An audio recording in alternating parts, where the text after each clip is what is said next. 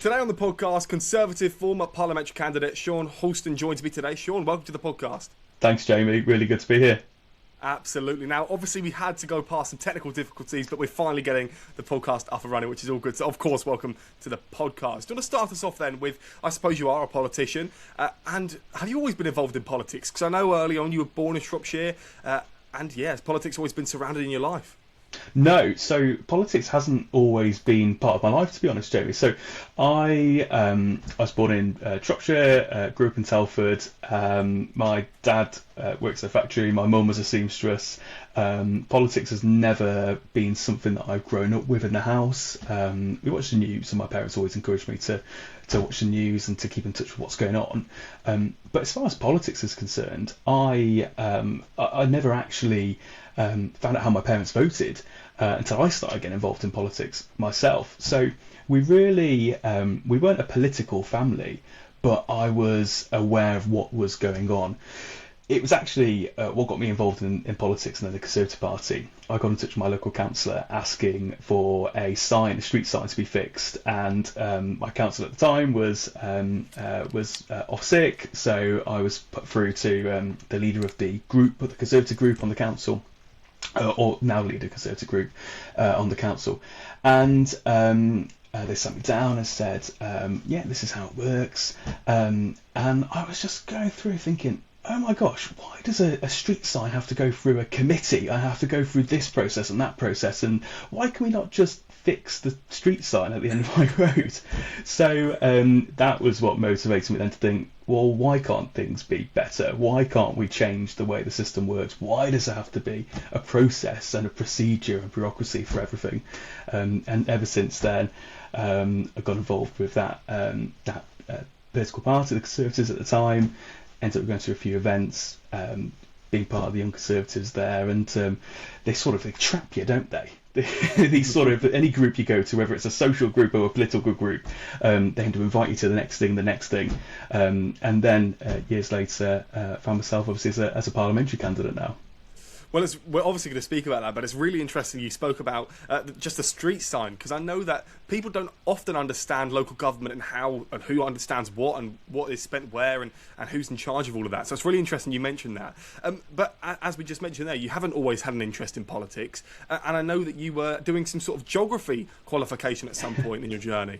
Yeah, my degree's in geography, which I love geography. I love going out and seeing the environment. I love taking my family away to the countryside and walking through the hills. The Shropshire hills are great. Like, I'd encourage everyone to go down to Cardigan Valley and just see that it's beautiful. So I love our countryside.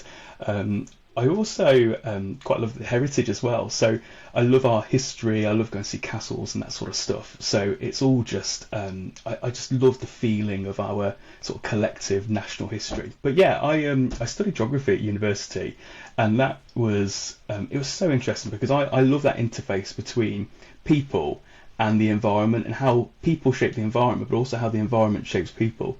So I suppose, thinking of it from a political point of view, you get so many people who go into politics who do politics degrees or they do history, and I think, well, actually, a lot of the public service element of politics is knowing how the world works, and knowing that, look at potholes, knowing that freeze thaw, ice, water filling the cracks in the road surface, freezing, expanding, and then blowing holes in the road. Knowing the science behind that, as I learnt through geography, I think it helps you understand actually how to make these services better. So yeah, I loved it though. I love, people say it's all colouring maps, and yeah, I suppose it is to some degree, but I love it. Again, it's really interesting you mentioned that, because I've always been, I don't despise university, but I've always been of the idea that there are ways around there. You can get anywhere, and you can definitely bypass university with most jobs. Do you think that you had potentially wasted those few years and wasted the finances because you haven't really gone on to use that qualification, to earn money and have a career out of it? No, I don't actually, and I'm probably in the same camp as you. Like, I don't think university is the be all and end all at all. I think I'm lucky I was the first in my family to go to university, but I don't think you need to go to university to be successful. And you're right, looking at the jobs that I've done leading up to my point now where I'm a senior exec at a trade body, I think did I really need my degree to get me here? And part of me would think, well, I didn't learn specific skills on how to do the job I did today from my degree, but I did have a good overview of the economy and the environment from studying what I studied. But I think in time you build that experience up anyway. So if you did an apprenticeship, you're straight out on site, so you're straight out into a business, learning on the job, and you build that experience firsthand, and that is great. And if you did a degree that was relevant to what you're studying as well, then to what you end up working in as well, I think that's great as well. So I don't think it's an either or really with university degrees being better than apprenticeships or vice versa.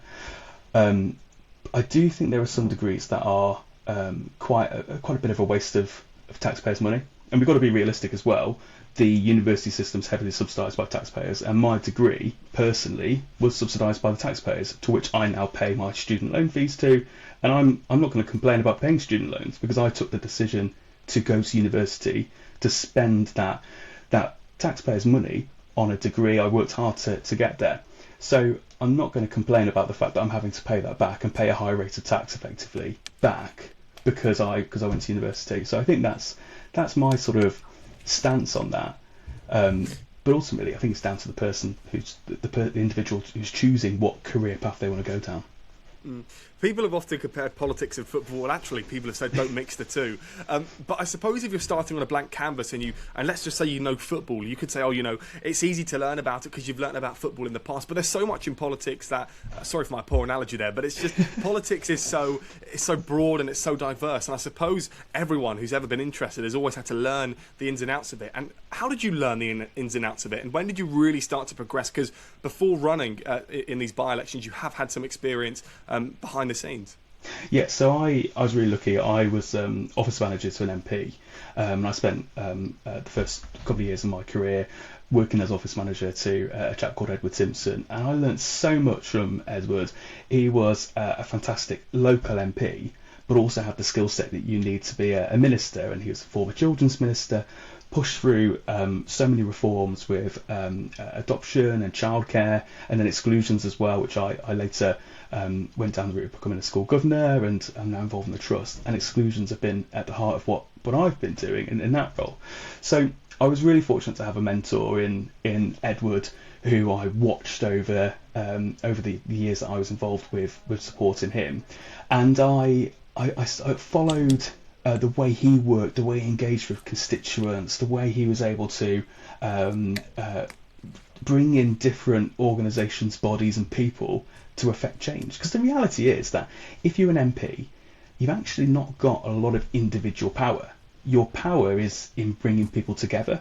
And I think there's, rightly so, people don't know that local authorities and local councils are responsible for potholes. It's not your MP that is responsible for all this, it's your councillor you should be getting in touch with first. But the reality is that an MP is the sort of the concierge desk of your constituency, and they're there to bring people together, and it's that convening power that's quite important. So I learned a lot of that by working under Edward. I want to know about working for an MP, because again, I'm going to try and use an analogy, because this is all I've never worked for an MP before, you see. So if you're working in a McDonald's or a Domino's or a normal place of work, I'd like to say, that isn't in politics, your boss is an MP. How often are you with your boss? So I was with my boss probably about a couple of days a week, really, even in the constituency or in Parliament. And I was based in the constituency, so that I was with the people who were actually affecting change and helping with casework and helping constituents. So you're right, it's strange, isn't it? It depends on the job role, doesn't it? It depends on whether you're working in an office or in in McDonald's or in as I did. I started off in my career, I started off in a bar, and you've always got your boss there, you've always got a supervisor there telling you what to do and telling you to make sure that working. You can do. It depends on the boss, doesn't it? But you've always got someone telling you to stack the fridges and make sure everything's stocked up.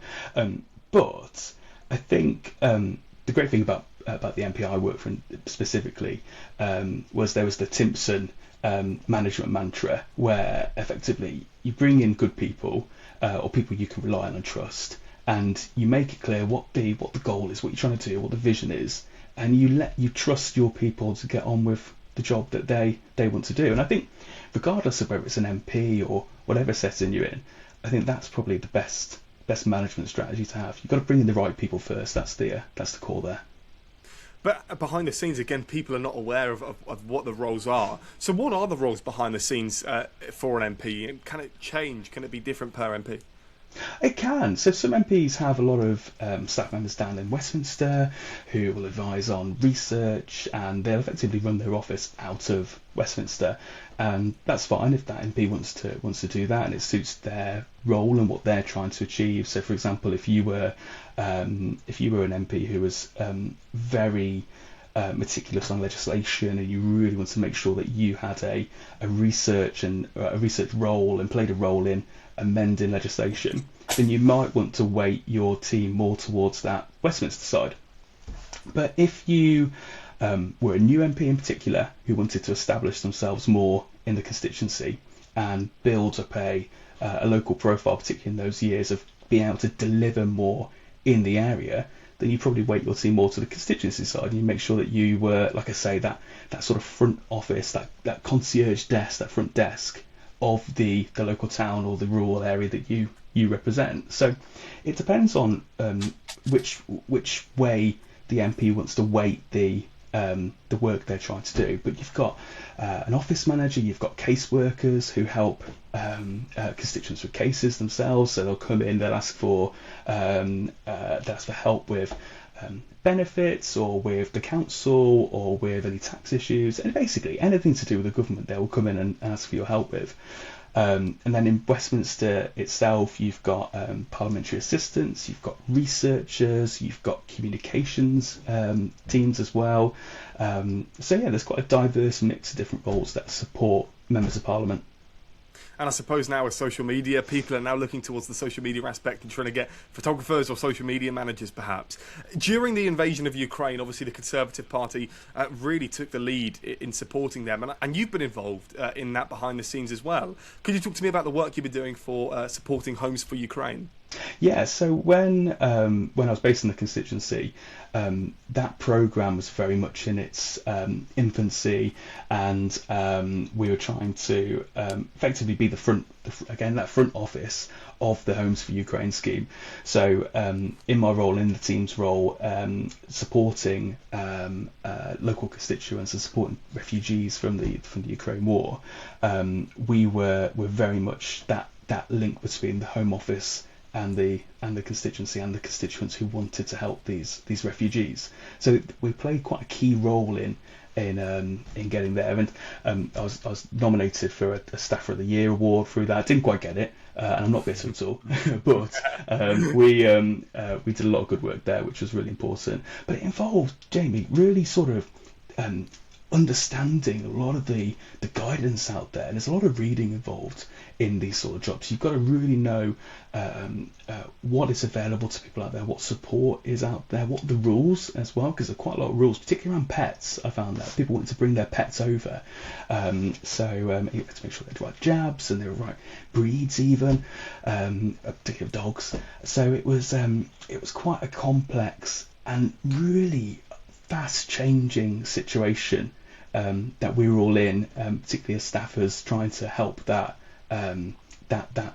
scheme and that whole campaign they were trying to do there.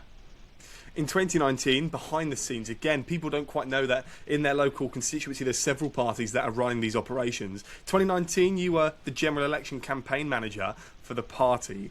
Is that the role that you intended to take, knowing that perhaps you wanted to run as an MP, or were you just focused on that role there and you weren't really thinking about the future? That's a good question. So I had stood to be a councillor in May 2019, and it was a tough set of local elections then that we had, and I wasn't successful.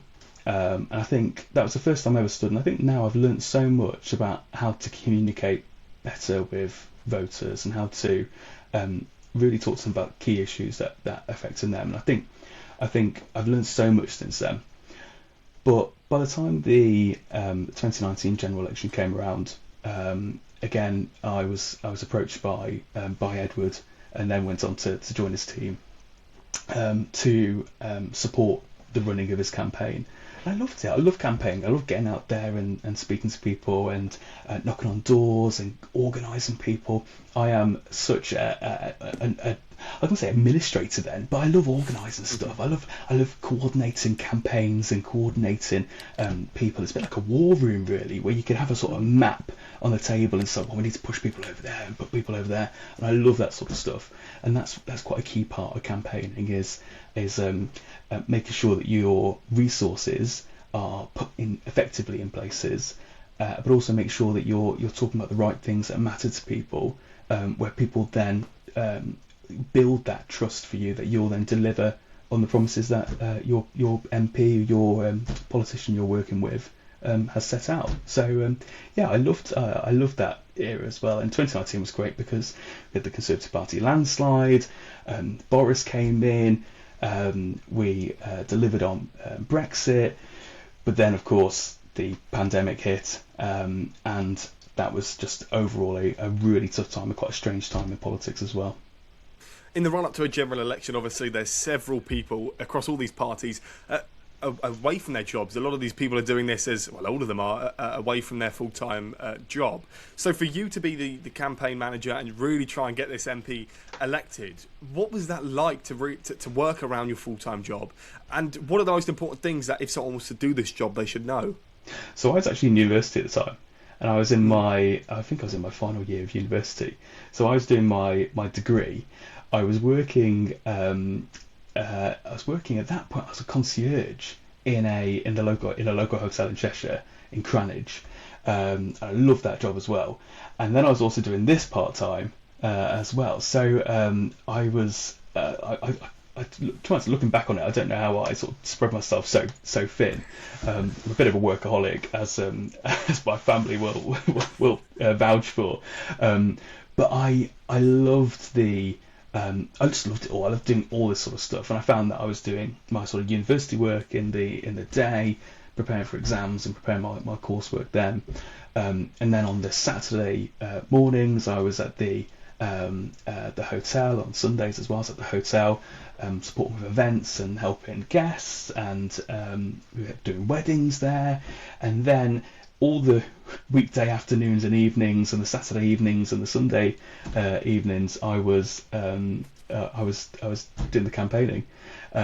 So it was it's one of those roles, politics in general, regardless of what role you sort of work in, it is 24/7. You will be able to slot in bits of politics into pretty much any free part of your life. So there's a real risk there that you've got to make sure that you do set yourself clear boundaries, that you do protect that time that's important with your family, because there is the risk that it can just become this massive thing that does take up so much of what you do, because politics is everything. Politics is all about people, so you've got to make sure that you do set the boundaries for yourself, and that's just to make sure that you keep sane, really.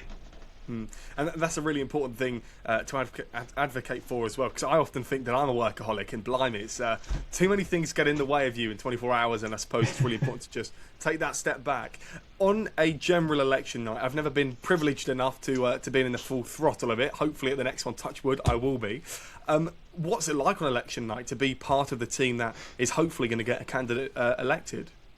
So in 2019, I was actually I lived in Crewe and Nantwich at that time, and I was running or supporting the running of the account operation for the Conservative candidate there. And I remember coming in, and it was quite buzz. We all felt quite positive about what was happening, and we were watching the exit results. So it's about 9:45. We're rocking up to the leisure centre in Crewe, and you'll find that with counts they're always in these massive halls. There's never any natural light, so you don't know what time of day or night it is. You go in, and I remember I was there with a friend of mine who I met through politics and good friends with today, and we're looking down at my phone screen. It was counting down the timer on BBC News, 5, 4, 3, 2, 1, and it says Boris's landslide victory, and you're just like, oh my god, this is so exciting. This is like, it's a proper good feel, and it's quite sad because on the other side of the room are the Labour Party activists, people exactly like us, but with different beliefs and a different colour rosette on, and they're quite devastated, and it's quite sad because the reality is that people lose their jobs on both sides of the both sides of the sort of aisle, and you've got to remember that there are people behind the MPs, staffers who work directly for them, campaign managers, organisers, councillors, and people are doing it for the right reasons, but it is quite sad when they lose their roles, because objectively people do really good jobs regardless of what party they're in. You get some people who do really good jobs and some people who need to do better, but it is a good feeling. And it's the problem with counts as well, Jamie, is they are, like I say, you don't know what time it is, so you just end up eating so much rubbish. Like, you're just fueled on sweets, and it's so bad because I remember I've been to a few counts now, and there's always someone with some Haribos or drumsticks, and you will just find that your teeth are absolutely wrecked by the end of the night, but you're like shaking because you've got so much energy in your system. Hopefully I know in a few years I'd love a packet of Haribos on election night. I bet you can't beat it. So could you talk to me about the candidates though? Because I remember speaking to my local, my local MP. He said that he wasn't allowed in the room for the count, and nor was, I believe, any of his staff members.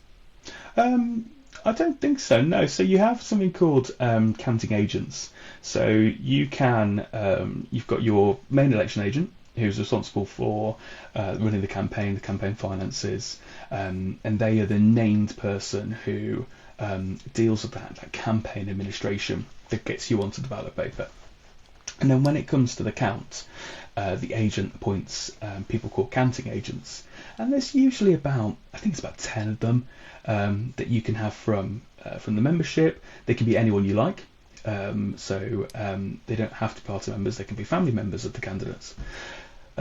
But these people, the role is to go into the count night and to watch the people counting the ballots and make sure that they're putting the right ballot papers into the right piles. And when people spoil their ballots, and that's really fun as well. And Jamie, when you come to do this, the spoil ballots are really interesting. I remember I worked on the 2019 European referendum, and as you'd expect, we should have left the EU by then, and there were ballot papers that were spoiled coming in their hundreds, and rightly so, because people were frustrated. But the messages that people were writing on them, and some people are quite passionate, so they're quite an interesting thing to look at and to hear what people have to say. But the role of a counting agent is to make sure the process is being carried out democratically, correctly, and to make sure that things are all going the way they should do. The way that things are going for MPs is that they are going to be getting a pay rise, and maybe it could go up to £110,000 by the end of this Parliament. Are members of Parliament in the United Kingdom paid too much money? That is a really good question. I think it depends on the way you look at it. So the question is, do we attract the right calibre of MPs to fill the roles in Parliament? Are we getting business leaders who have delivered and accomplished things in their professional lives? Are we getting people from sectors that pay more because they require a higher level of skill? And if we were to pay MPs slightly more, would that improve the quality of legislators and legislation that we would find ourselves subject to? I think a radical idea that I thought of before is actually maybe we halve the number of MPs but double the salaries and the budget. So effectively the net cost is zero because we're halving the number of MPs. There'll be slightly larger constituencies, but MPs would be paid more and they'd have more staff to support them as well. And what you might find there is that actually MPs focus on the things that are really important, because part of my core beliefs is that Parliament, government, agencies are all trying to do too much. And I think politics should genuinely tread less on our lives. I believe that government should be smaller. I believe that the role that legislation plays in our lives should be as minimal as possible. So if we did have less MPs, but we had higher quality MPs, maybe that would further the aims that I'm trying to get at. But I'm not sure if that's going to happen. I'm not sure if you. I think if you're a political party, take the Labour Party right now, with all those hundreds of MPs they have, are they really going to advocate to reduce the number of MPs they've got supporting them? I don't know. There's a number of them trying to oust the PM right now, so who knows? Yeah, who does know? I want to know about your parliamentary campaign experience for yourself. I know with the Conservative Party, and I suppose this can go for both elections, you have to be added to a parliamentary candidates list. How much did it cost to get added? What did you have to do? I think it was about £100 initially to go through that whole process and to pay for the assessment, the interviewer's time, all of the sort of resources they need to run that. So when I first went through it, I had an interview where they're trying to establish whether you're a Conservative and whether you believe in the values that the party also believes in. So there's a really key values part to it. And then there's an assessment centre. And that assessment centre is where you're tested on your ability and your skill. So there's a lot of being able to prioritise activities and situations you'd find yourself in as an MP, and not to give away any of the secrets of the whole process at all, but really it's to make sure that you know what to focus on as an elected representative. You know what the important things are that your constituents are going to care about. So it's quite a good process, and I think the Conservative Party is right to put people through this process to make sure that we get the very best candidates out of it. And I know Kenny right now is on a big drive to get the next generation of Conservative parliamentary candidates, and I think with the team they have in CCHQ, I think that'll be a really they'll be able to do it quite well, because they have a good set of people who know what to look for, who are quite experienced, who know how to find the best people who are going to be the best quality MPs for our country. You mentioned experience there. Have you seen people, do you know of people that have been turned away from this parliamentary candidates list? And young people, could they ever be involved in this as a 20-year-old? Or because I know like the Labour Party, for example, has quite a few young MPs. Yeah, well, there's quite a few young Conservative candidates as well. People are turned away. And that is the nature. If you're looking for the best people, some people are turned away, but lots of people are told, well, actually, you're not quite there yet. So I'll be honest, when I first went through the process the first time, I was given a specific pass that meant I wasn't allowed to apply for all seats. And that was good, because it meant that I could then learn and practice more and learn from that experience and be able to be the best quality candidate that I could be, and then politician that I could be. So there are some people who are turned away. In any party, you have people turned away from the process. But the thing is, don't give up, because politics is a very long. It's a very timing dependent business to be in.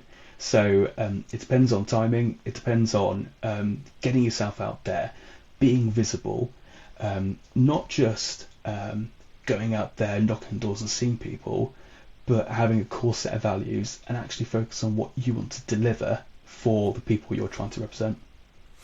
The last thing I wanted to touch upon was on this matter would be just going back to the young people, because again, as I said, Liberal parties seem to be bringing in loads of younger people, and I know you mentioned there that there have been some young candidates on the Conservative Party, but in your opinion, is there a minimum requirement level to even be thinking about applying for this parliamentary candidate list? No, not at all. In my opinion, there shouldn't be any minimum requirement levels. People talk a lot about life experience, and in my view, we all have life experience. We all live lives. Some people have more difficult lives than others, and you build a lot through that continued experience. So I think if you're able to show that you can get things done, that you know how the world works, that you know how the economy works, how business works, and how that all comes together, and you're passionate about people and able to communicate it, if you can do all of those things, then there should be no minimum age limit apart from obviously being 18 and able to vote, on doing that. And I do think 18. I know Labour have changed it to vote to 16, but the UN still defines 16 and 17-year-olds as children. But I do think if you can do those things, if you can able to express what you believe in and articulate that, then that's the main part of the battle there. The first general election that you ran was in 2024 in Widnes and Halewood. What was that like to be picked for that constituency? Did you ever think that you had that chance of winning? It was a tough seat, and I was realistic about where we were in the polls at that point, and the fact that the Conservatives had not, I don't think, ever secured the Widnes and Halewood seat, and it was a new seat at the time. Well, that area was really tough for the Conservatives, so I was really realistic about my chances there. But I decided to focus on some core issues that matter to people, and at the time, people were telling me they wanted faster internet, so they wanted fibre upgrades across the constituency. They were struggling with feeling safe in their community, so they wanted increases and improvements to policing efforts.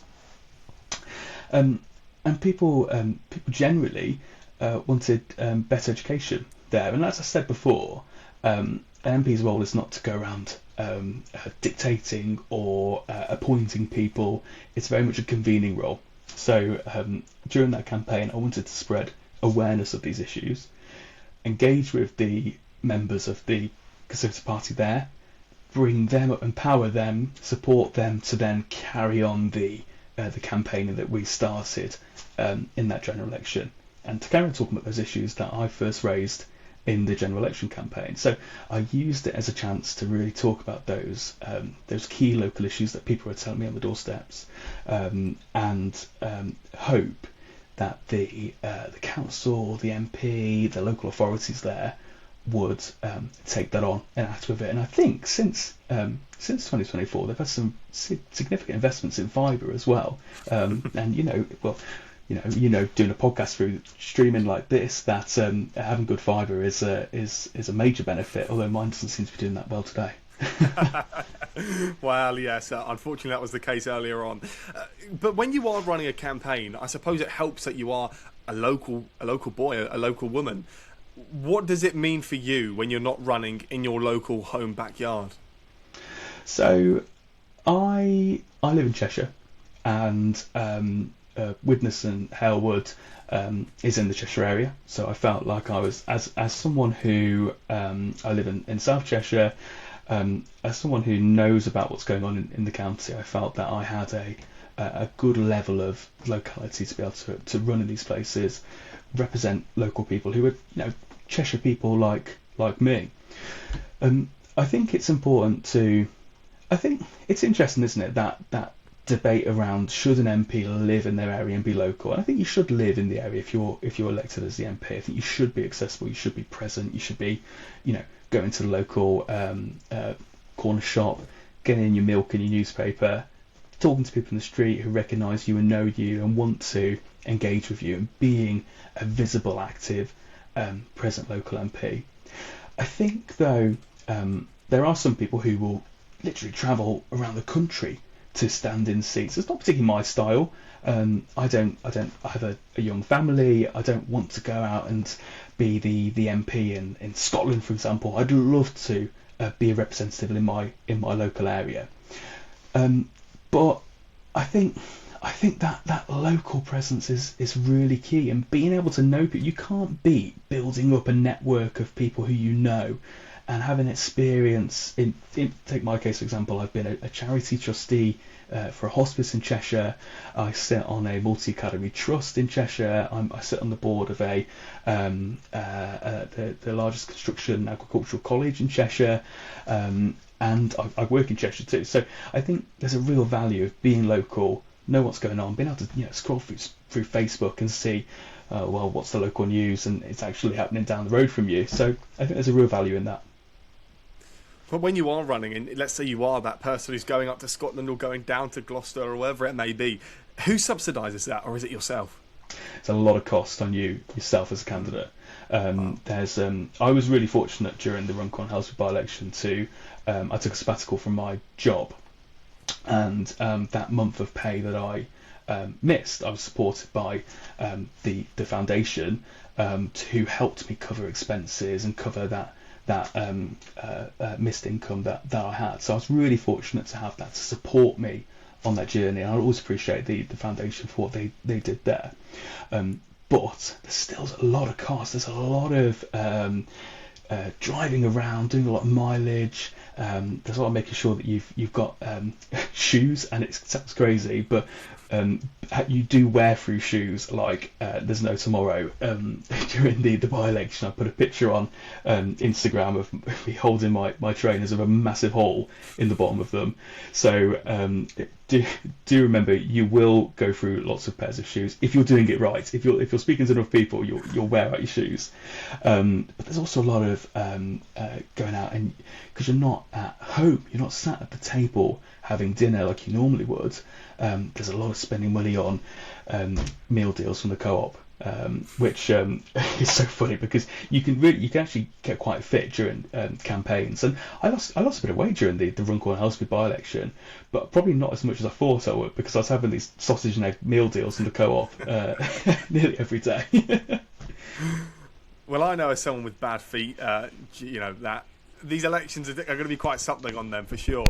The Runcorn and Helsby by-election again proved incredibly remarkable. I know that we've had a few more since, but obviously this one proving that Sarah Pochen and Reform are potentially a serious option for the next election in the future.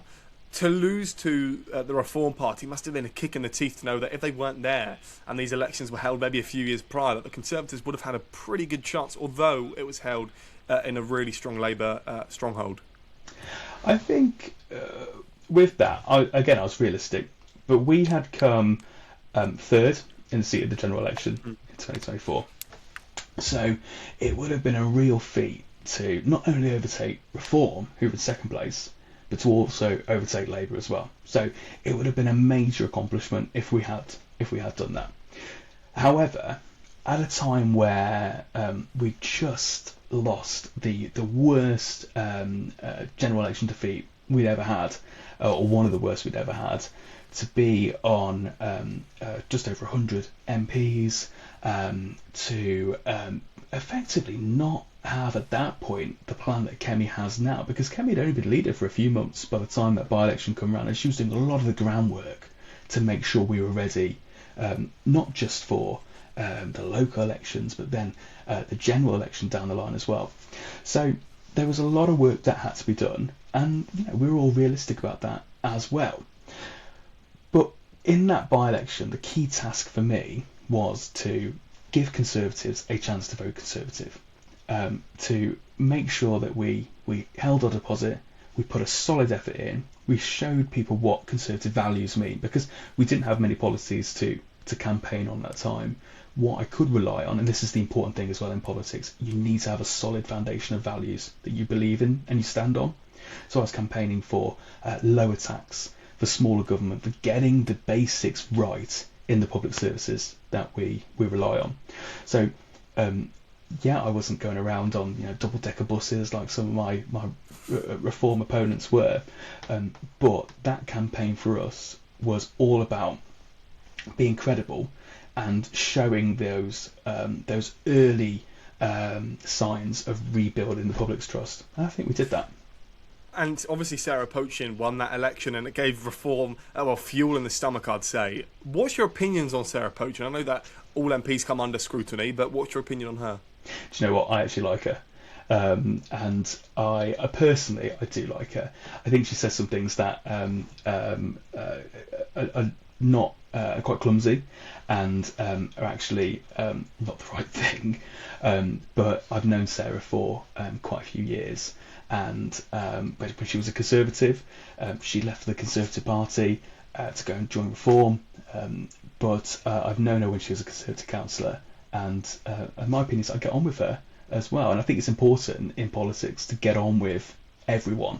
You don't need to be visceral, you don't need to be negative or attacking your opponents every chance you get.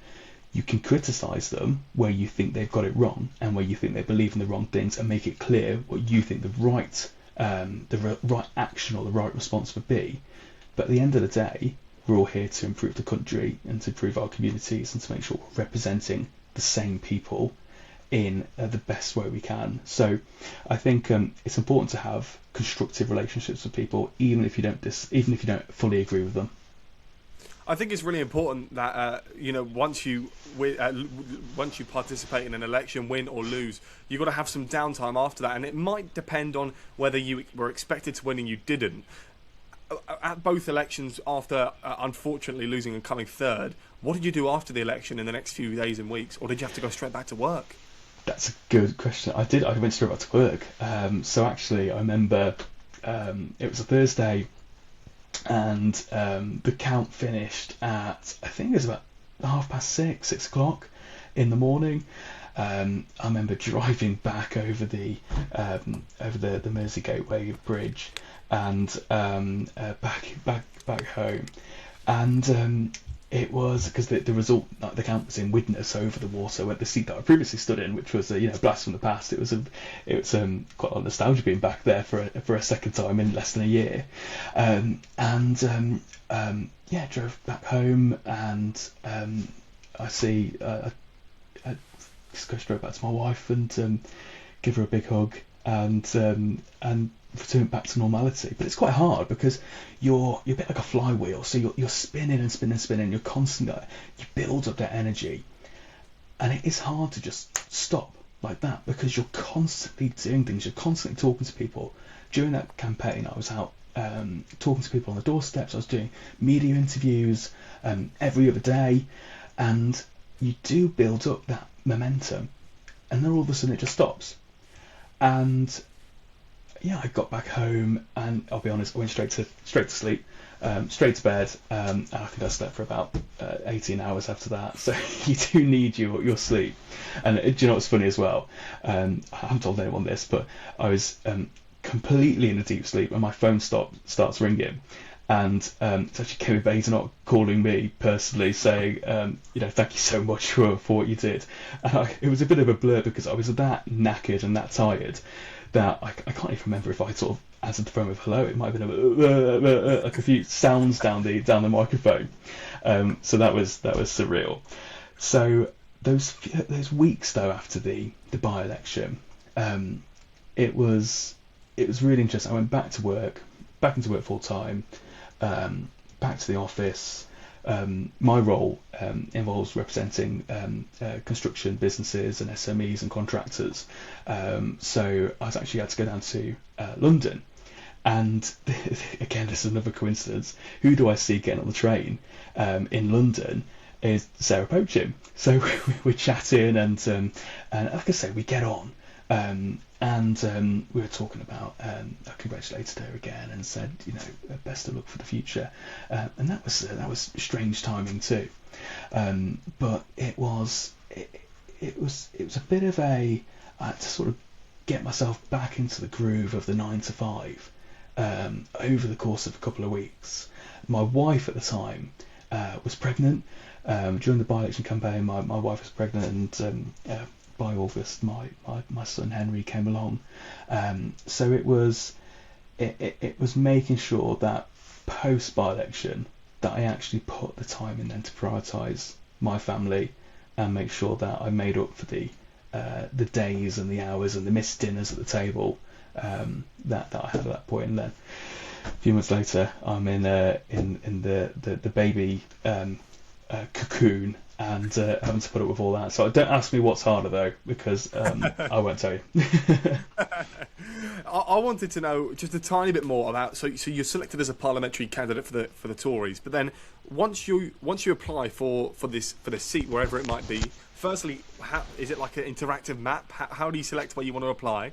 And secondly, how many people are you up against? So when you apply, effectively there's a list of the constituencies they put out for you to apply for. So there's no interactive map where you can sort of, I don't know, drag and drop your bits to a basket or anything like that. But there's a portal that you log on to where you select to apply to, and then you've got to give reasons for why you want to apply there. And in that's an opportunity for you to give your local link to the area. What do you believe in? What have you worked on in that area that's helped the local community? So that's a really important part of the process. And then when you as a candidate come through to that final three, and it tends to be about three people, sometimes four, sometimes two, but three on average, in that room talking to the members of the party, and they're asking you questions. And what they really want to know is, what do you believe in? Are you going to deliver for me? And that's the key things. They are like everyone else in the constituency. They're normal people who work normal jobs, who have aspirations, they have ambitions for the local area. And that's your first test, and that is the hardest test, because they are some really switched on people who know what they're talking about.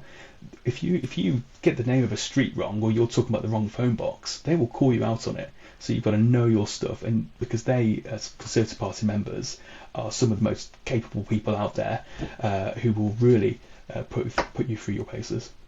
Mm.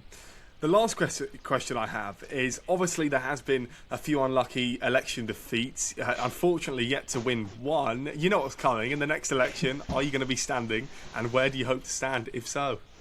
I'd like to. I would like to stand in the next election. I'd love to stand for a seat in Cheshire, particularly South Cheshire, where I spend a lot of my time. I'm currently involved in the Congleton Association.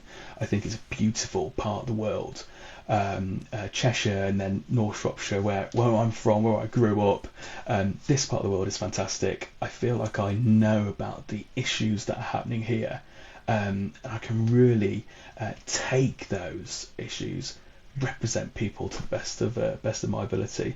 But really, I want somewhere where I can use the voluntary roles that I've been in, whether it's the hospice trustee that covers South Cheshire, ranging from Sandbach all the way through to rural Mid Cheshire, the multi-academy trust that I'm part of, where we've got some schools in Congleton and that area. I feel like I've got a good knowledge, a good set of skills on what's going on, and I'd love to represent people. I'd love to serve my country by representing people at the highest level, the most sort of sacrament place there is in Parliament, and I think that is just something I would love to do, to deliver things for people. I think some people get into politics because they like the idea of the roles, or they like the idea of being political, where I actually want to get involved because I believe in getting things done. I'm really passionate about improving education, particularly within the exclusion system, and making sure that we have a clear pathway for people into skilled jobs. I'm really passionate about getting infrastructure delivered in the right way. So in my job representing builders, I'm talking to them about what the barriers are. How can we get the government out the way so that we can make our country as resilient as possible to the energy crisis, to global wars, to stocks rising and falling, cost of energy rising and falling. And I'm really passionate about getting people into work as well. I talked about education, but making sure that people who are in work are benefiting from being in work. I think being in work is the best thing you can do. Having a purpose, going out there, earning money, so you can put food on your table for your family, or saving it up and buying yourself a nice car. You should be able to do whatever you want with the money that you earn. And I think we've got to make that system of getting people off welfare, stop relying on the state, and get them into work. And I think that's a really important thing to do. And if we get those things right, then I think our country will be in a better place. And that's what I'm fighting for, really. Just a feeder onto that last point that you made there is, obviously you did mention that Keir Starmer is potentially going to be booted out as Prime Minister. When do you think the next election could be? I mean, the Conservatives have been calling for it, just like Labour were when the Tories were in charge. But when is the next election going to be? I do think it'll probably be when it's supposed to. So 5 years after the last one. I think we'll probably look around 2029. I know some people are saying it'll be earlier. Some people will say it'll be sooner rather than later. I do think they will try and stretch it out as long as possible. I think they will look at the way the Conservatives handled. We did not have an election for roughly 5 years, and after the 2019 one, they've got a massive majority, and I don't think they'd want to squander that away. But it does say something when you've got Angela Rayner, someone who didn't pay their fair share of taxes in the wings waiting. You've got Wes Streeton, someone who came in promising more appointments, and he's actually delivered a million fewer appointments than we delivered extra in our final year. Conservatives delivered in their final year of government. And then you've got Andy Burnham as well. And what does it say about a country where you've got over 400 Labour MPs, and the best they can muster up is someone who's not even an MP, who's a mayor doing another role? So what does it say about the talent pool you've got down there right now? But ultimately, we shouldn't have even been in this mess. Keir Starmer should not be where he is right now. He's the victim of his own poor political decision making, and it just shows he doesn't have the judgment to be Prime Minister. Well, Sean, thank you very much for joining me. All the best, and hopefully we get to see you in Parliament in the next election. Thanks, Jamie. It's been really good to talk to you.